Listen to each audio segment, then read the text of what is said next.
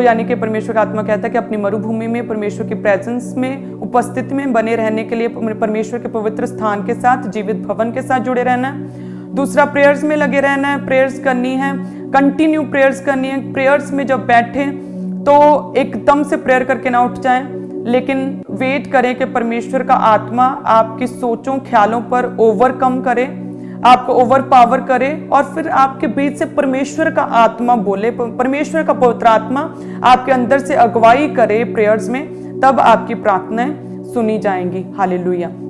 और जब भी प्रेयर्स करनी है, हमें वचन के बीच से प्रेयर्स करनी है। जिस तरह से वचन कहता है कि इसहाक शाम के समय ध्यान करने के लिए जाता था। यदि आप ये कहे मैं लुट गया, मैं मर गया, मैंने वहाँ प्रॉब्लम हो रही है, मैं क्या करूँ, मेरा बच्चा ये है, परमेश्वर जो है इमोशनल नहीं है। जब आप ये कहते हैं ना कि मुझे ये प्रॉब्लम है इसलिए मैं रोजा नहीं रख पा रहा, तो परमेश्वर नहीं सुन रहा, उस समय कौन सुन रहा है? शैतान सुन रहा है। और आपके एक्सक्यूज को, जो भी आप बोलते हो, उसे सुनकर आपकी प्रॉब्लम को और अधिक बढ़ा देता है। यदि आपकी लाइफ में, आपके मन में कोई भी डाउट, किसी भी तरह की कंफ्यूजन है, परमेश्वर में आत्मा में बढ़ने से कोई भी चीज बाधा डालती है, चाहे वो आपकी भूख हो, चाहे कोई बीमारी हो जिसकी वजह से आप रोजा नहीं रख पा रहे, चाहे आपका घर में एक ही कमरा है जिसकी वजह से आप पर्सनल प्रेयर्स नहीं कर पा रहे, तो उसे बोलना नहीं है। उस समय की सिचुएशन के अनुसार अकॉर्डिंग देखना है कि मैं इस प्रॉब्लम को किस तरह से सॉर्ट आउट कर सकता हूँ। क्योंकि जब आप बोलकर कहते हो कि मैं प्रेयर नहीं कर सकता क्योंकि मेरे घर में एक ही कमरा, मेरे पास कोई प्रेयर रूम नहीं, इसलिए मैं प्रेयर नहीं कर सकता, शैतान उस बात को सुनता है और ऐसी चुनौतियां आपके सामने खड़ा करता है कि आप कभी प्रेयर ना कर सके। यदि आपके पास एक ही कमरा है, आप प्रेयर नहीं कर सकते, तो जब आपके फैमिली सो रही है रात को, एक कोने में बैठकर आप प्रार्थना कर सकते हो। हालेलुया। यदि आप में कोई फिजिकल प्रॉब्लम है जिसकी वजह से आपसे रोजे नहीं रखे जा रहे, तो आप उसका हल कर सकते हो। आप अपनी लाइफ की डाइट को चेंज कर दो कि 5 बजे जब अपना रोजा खोलो तो पहले फ्रूट खाओ। सो फ्रूट खाने से परमेश्वर आपको ताकत देगा, आप में बल आएगा, आप रोजे जो है कंटिन्यू कर सकोगे। आप रोजों में पानी की क्वांटिटी बढ़ा दो, ज्यादा पानी पियो, ताकि कोई रोग जो आपको लगा है वो प्रॉब्लम्स ना रहे, आप इजिली रोजे रख सको। सो इस तरह से जो भी प्रॉब्लम्स है, बुद्धिमानी के साथ अपने अंदर ही, मन में ही उन प्रॉब्लम्स को सॉर्ट आउट करके, उन चैलेंजेस को खत्म करके हमें आत्मा में बढ़ना होता है। हालेलुया। यदि हम एक्सक्यूजेस को बोल कर कहें अजय अरे मैं तो ये कर नहीं सकता, मुझे ये प्रॉब्लम है, तो वो प्रॉब्लम और अधिक बढ़ती जाती है। सो उन प्रॉब्लम्स को हमें मन में ही परमेश्वर के वचन के द्वारा उन्हें काटना होता है, खत्म करना होता है और आत्मा में बढ़ना होता है। यदि कोई लाइलाज बीमारी हो तो आपको अंगीकार करना होगा कि मैं नहीं मरूंगा वरन जीवित रहूंगा और परमेश्वर के कामों को सर्वदा करता रहूंगा। सो परमेश्वर के कामों के लिए सेवा में लगना होगा, उस प्रॉब्लम में, उस बीमारी में भी, अपने फाइनेंस के द्वारा और जहां अपने हाथों के द्वारा चर्च में सेवा लेकर आप किसी भी तरह से सेवा करेंगे और अंगीकार करेंगे, मैं नहीं मरूंगा वरन क्या करूंगा, जीवित रहूंगा। हालेलुया। यदि फाइनेंस की घटी है तो आप अंगीकार करेंगे कि परमेश्वर तेरा वायदा है कि मैं तेरे खत्तों पर जो है आशीष दूंगा, तेरे हाथों पर मैं बरकत दूंगा। सो खुदावन तेरा वचन मेरी लाइफ में पूरा हो। सो इस तरह से आप वचन के बीच से भी प्रेयर्स करेंगे, आप परमेश्वर के पवित्र स्थान से प्रेयर करेंगे, आप प्रार्थनाएं करेंगे और परमेश्वर की उपस्थिति आपकी लाइफ में आएगी और परमेश्वर कहेगा यस मैं आप तेरे साथ चलूंगा। और वचन कहता है पर मूसा की प्रार्थना के द्वारा परमेश्वर ने उसकी सुनी, परमेश्वर इजरायलियों के संग संग चला, ना तो उनके कपड़े फटे, ना कपड़े पुराने हुए, ना उनकी जूतियां, पैरों की जूतियां टूटी, ना उनके पांव फूले। और परमेश्वर ने उन्हें स्वर्ग से मन्ना खिलाया, आत्मिक भोजन खिलाया। परमेश्वर ने ऐसा एक्सपीरियंस ना तो कभी किसी ने सुना था ना देखा था, और अमेजिंगली परमेश्वर ने उनके लाइफ में कार्य किया।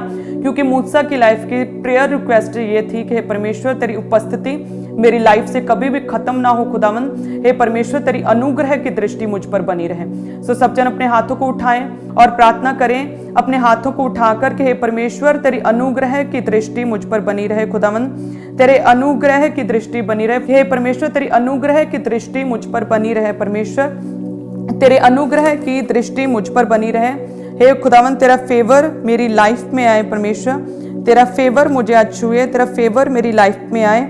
और खुदावन मैं कभी भी तेरी अपनी लाइफ में से कभी भी किसी भी तरह की घटी में अविश्वास में ना पड़ूं, बल्कि परमेश्वर एक विजयी जीवन जीऊं खुदावन और बड़े कार्यों को कर सकूं प्रभु यीशु मसीह के सामर्थी नाम में, आमीन। और परमेश्वर का वचन कहता है कि जब भी आप प्रेयर्स करते हो, उपस्थिति को मांगते हो, सो परमेश्वर अपनी उपस्थिति से आपको भरता है। सो उस समय क्या है कि हमें परमेश्वर कहता है कि जब तुम मेरी उपस्थिति को मांगोगे तो यस मैं तेरी प्रार्थनाओं को सुनूंगा। यशाया 43 और उसकी 19 में देखेंगे क्या लिखा है कि देखो मैं एक नई बात करता हूं, वे अभी प्रकट होगी, क्या तुम मुझसे अनजान रहोगे? मैं जंगल में एक मार्ग बनाऊंगा और निर्जल देश में नदियां बहाऊंगा। सो परमेश्वर कहता है देखो मैं एक नई बात करता हूं। खुदावंद कहता है कि अब ये आज तक ना तो कभी किसी ने सुना होगा, तो ना कभी किसी ने देखा होगा कि जंगल में, जैसे मैं आपको बोल रही थी ना कि जंगल में मार्ग नहीं होता, जंगल में कोई साइन बोर्ड्स नहीं होते, जंगल में कोई आपको दिशा दिखाने के लिए, आपको हेल्प करने के लिए नहीं होता। हम न्यूजीलैंड में गए और वहाँ पर एक जगह पर गए, वहाँ पर एक गहरा जंगल था और वहाँ पर हमारी टीम हमें बता रही थी मुझे कि ममा यहाँ पर ना एक व्यक्ति जो घूमने के लिए आए थे और यहाँ पर फंस गया वो बंदा जंगल में, और 6 दिन तक वो वहीं पर फंसा रहा, उसे रास्ता ना मिला और वहीं पर भटक गया और फिर रेस्क्यू टीम आई, ऑपरेशन चला और उसे बाहर निकाला गया, रेस्क्यू किया गया। सो इसी तरह से आपकी लाइफ में आपको लग सकता है कि मेरी लाइफ पूरी मरुभूमि की तरह हो चुकी है और परमेश्वर ने ये क्या कर दिया मेरी लाइफ में, चक्कर खिलाकर परमेश्वर ने जंगल में से होकर मुझे लेकर जा रहा है। ये कैसी परीक्षा में प्रभु ने मुझे डाल दिया। सो परमेश्वर कहता है यदि तुम प्रेयर्स में बने रहें, यदि तुम, परमेश्वर कहता है मेरी जीवित भवन के साथ जुड़े रहे, सप्ताह के पहले दिन आप प्रभु के घर में आ रहे हो, आप प्रेयर्स में उपस्थिति को मांगते रहे, तो परमेश्वर कहता है ऐसा ना तो कभी किसी ने देखा ना सुना होगा, देखो मैं जंगल में एक मार्ग बनाऊंगा। परमेश्वर कहता है मैं तेरी लाइफ में बड़े कार्य करूंगा, तुम्हारे लिए वेज को ओपन करूंगा, रास्तों को खोलूंगा और वो रास्ते तुम्हारी टेस्टिमनी तक जाएंगे। खुदावंद कहता है हर तरह की निराशा को, अंधकार को मैं तुम्हारी लाइफ से खत्म करूंगा और एक बड़े कार्यों के लिए परमेश्वर कहता है मैं तुम्हें इस्तेमाल करूंगा। हालेलुया। और याद रखें परमेश्वर कहता है कि जब तुम जंगल के मार्ग में जाते हो, होशे की पुस्तक आप देखोगे, होशे 2:14 में लिखा है एक वचन है जिसमें लिखा कि परमेश्वर कहता है कि मैंने अपने लोगों से प्रेम किया और उन्हें मोहित करके जंगल के मार्ग से ले गया, लेकिन परमेश्वर कहता है उस जंगल में मैं उनसे शांति की बात करूंगा।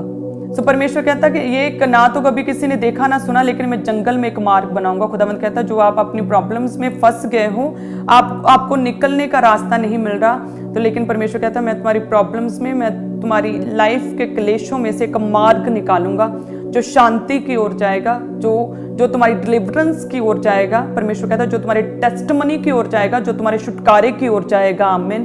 तो परमेश्वर कहता है ऐसा राजमार्ग, ऐसा जंगल में मैं मार्ग बनाऊंगा और निर्जल देश में क्या करूंगा, नदियां बहाऊंगा। और परमेश्वर होशे की पुस्तक में कहता है कि अपने लोगों के साथ शांति की बात करूंगा। तो परमेश्वर कहता है भले तुम लोग दुखों में हो, लेकिन आज तुम वचन को सुन रहे हो और वचन को सुनने के द्वारा तुम्हें शांति मिल रही है, तुम्हें तसल्ली मिल रही है। तो परमेश्वर कहता है कि मैं अपने वचन को जो मैंने भेजा, अपने नाम से अधिक इंपॉर्टेंस दी है, इस वचन के द्वारा परमेश्वर कहता है मैं तुमसे शांति की बातें करूंगा, तुझे तसल्ली दूंगा, मेरा वचन तुझे तसल्ली देगा। हालेलुया।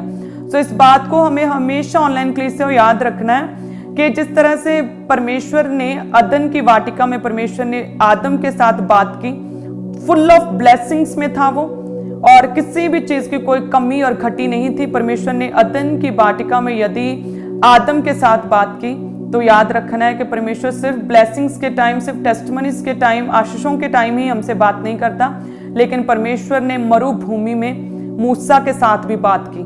परमेश्वर क्लेशों में, परमेश्वर दुखों में, परमेश्वर बीमारियों में, हमारे चैलेंजेस में भी, परीक्षाओं में भी परमेश्वर हमारे साथ बात करता है। कि परमेश्वर ने ब्लेसिंग्स के टाइम परमेश्वर ने आदम के साथ बात की और परमेश्वर ने दुखों के टाइम मरुभूमि में परमेश्वर ने मूसा के साथ भी बात की थी। हालेलुया। और परमेश्वर हमारे साथ केवल बात ही नहीं करता, परमेश्वर हमारे संग संग ही नहीं चलता, बल्कि वचन कहता है कि परमेश्वर हमें सुरक्षा भी देता है। भले ही आप कई तरह की प्रॉब्लम्स में फेस कर रहे हो, लेकिन परमेश्वर आपको इन प्रॉब्लम्स में, यदि आप प्रभु में बने हुए हैं, आप परमेश्वर के पवित्र स्थान के साथ जुड़े हैं, आप प्रेयर्स में हैं, आप वचन को सुनते हैं, आपका एक अगुआ है, परमेश्वर ने आपको एक स्पिरिचुअल अगुआ दिया है जिसकी आप बात सुनते हैं। हालेलुया। तो परमेश्वर कहता है तुम्हारी सफरिंग्स में, तुम्हारी सौरों में, तुम्हारे क्लेश में, बीमारी में मैं तुझे मरने नहीं दूंगा। हालेलुया। परमेश्वर कहता है मैं तुझे सुरक्षा भी दूंगा। जब हम परमेश्वर के वचन में पढ़ेंगे व्यवस्था विवरण 8 और उसके 15 में